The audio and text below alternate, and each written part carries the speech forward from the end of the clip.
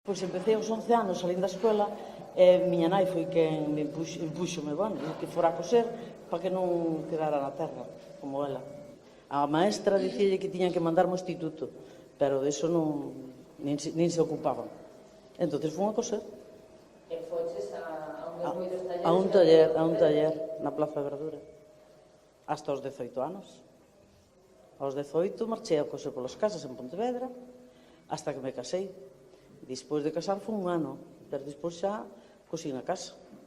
Hasta que as mans me responderon. Pois nada, eu non quería ir a coser. Pero, como éramos moitos na casa, pois había ter unha modista. Entonces, naquele tempo, miña irmá marchou para América, miña irmá que era de cosía, e logo dixeron a mí, pois tens que ir ti, porque hai que coser, hai que remendar, hai que facer cousas. Que despois, cando eres maior, non sabes nin ir a planchar, nin coser nas casas de as señoras. E claro, cando fun a coser, pois dicíame, pero que vou a remendar eu aquí, se aquí non se remenda. Isto todo eran traxes, e chaquetas, e vestidos, non había nada. E, bueno, pois, mira, xa se aprenderá a remendar. E naquele tempo remendabas. Empecé, sería salindo da escola aos 12 anos, empecé con unha tía que tiña a irmã do meu pai, se chama Elisa. Entonces empecé con ela a coser, polo menos a aprender a poñer a agulla ou dedal, porque non sabía nada. E bueno, despois iba con ella a cosía en casa tamén. E despois a lo mejor tenía 3 días ou así que íbamos a coser por las casas. Pero mi tía no, eso, era ni cinta métrica ni nada. Eso era poner la tela así un piquito y cortar, y yo iba con ella para rematar e ayudarle así. Claro, aquilo era distinto. Ali tanto podías facer remendar como facer, non era como nos talleres que era patrones, ya había que tomar medidas e ya se hacía la ropa mucho máis elegante, hacías trajes de chaqueta, hacías abrigos. Mi tía no, mi tía máquina, más de esas máquinas que llevaban la cabeza, con de esas de manivela. E yo, que mérito que tenía, porque eu poñome a coser agora a máquina, unha man sujeta na manivela e a outra metendo, eso é dificilísimo. Aí non se cobraba nada, nin había que pagar tampouco, pero empezábamos indo aos recados. Mandábanos a buscar fíos, a buscar botóns, e empezamos así, pero despois, claro, tampouco che pagaban. Aunque estuveras traballando, tampouco che pagaban nada. Porque de costureira non me pagaban nada. Entón eu quería ter un peso, porque miña nai non podía darmo, que éramos 6 irmás, non podía. Entón vim para aquí para o pueblo e metíme desastre. Tampouco non tiña seguro, non tiña nada, Solo era cobrar aquel pouquiño que che pagaban e nada máis. Despois, ao casarse, xa é outro distinto. Despois xa che cambia a cousa. Despois comprei un lejón para botar unhas patatas.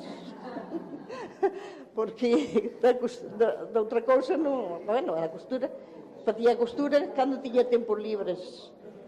A vida da costureira é unha esclava, moi esclava. Que din que as costureiras eran señoritas, non iban para a veiga, non. Que pensaban que o coser que era meter na máquina e tirar para diante.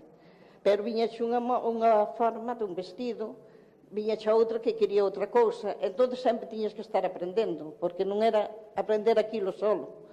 Había que estar aprendendo as feituras, porque hoxe levas unha cousa, mañá levase outra, e ti sempre tens que estar aprendendo. Non hai horario, iso é que tens que ter facer, ou tens que coser, eso é unha cousa que tenche que gustar, porque eu nunca pensei que me fora a gustar. Coser, e sin embargo, sí, despois gustou.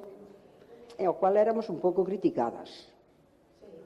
Sí, un pouco criticadas. Ao cual nos cantaban cancións. Que eran, bueno, a ver. Cancións como, por exemplo, costureira, costureiriña, telas pernas erfoladas, de subir polas paredes e baixar polas ventanas, que che queda iso. Pero despois as costureiras tamén estábamos preparadas.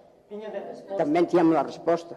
Cando víamos esa mala lengua, pois tamén dicimos, mala lengua, rexubeira, ti que tes coa miña vida. A miña casa fomega, a túa xa vai ardida. Vai á merda, cara de cañoto seco. Vai á merda, que eu contigo non me meto. E despois de me casar, aos 3 anos, cando compramos unha casiña bella aquí na Porta do Sol, foi cando ordenei comprar unha máquina sin cartos. Pedinlles, Decisión.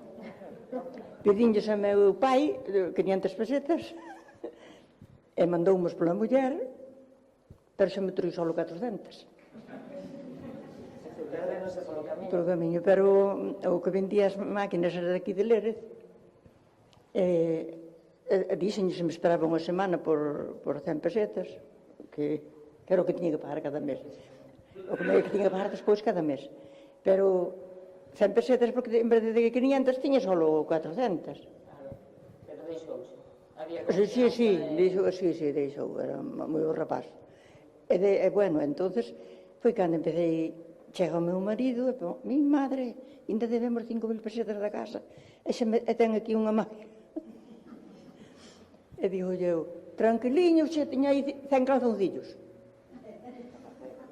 Despois empecé, como foi, despois empecé e dixen eu, me cago en la mar, facíalle vestidos así para miña hermana que andaba na feira, facíalle uns vestidos así sencilliños, claro, unha goma pola cintura, así, vendíase todo.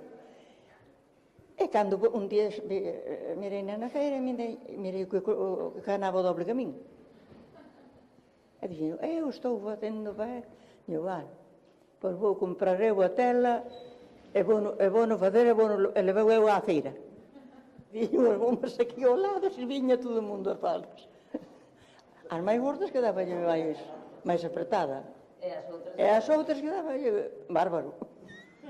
Pero antes tamén nin todo era facer novo, porque tiñas un abrigo, estaba un pouquiño rozado, entonces antes cosíase, dábaselle a volta, e había que arreglalo. O vestido igual, se lle servía para darlle a volta, e había moito traballo por eso, porque a xente aproveitaba tamén moito, que non era todo novo para diante.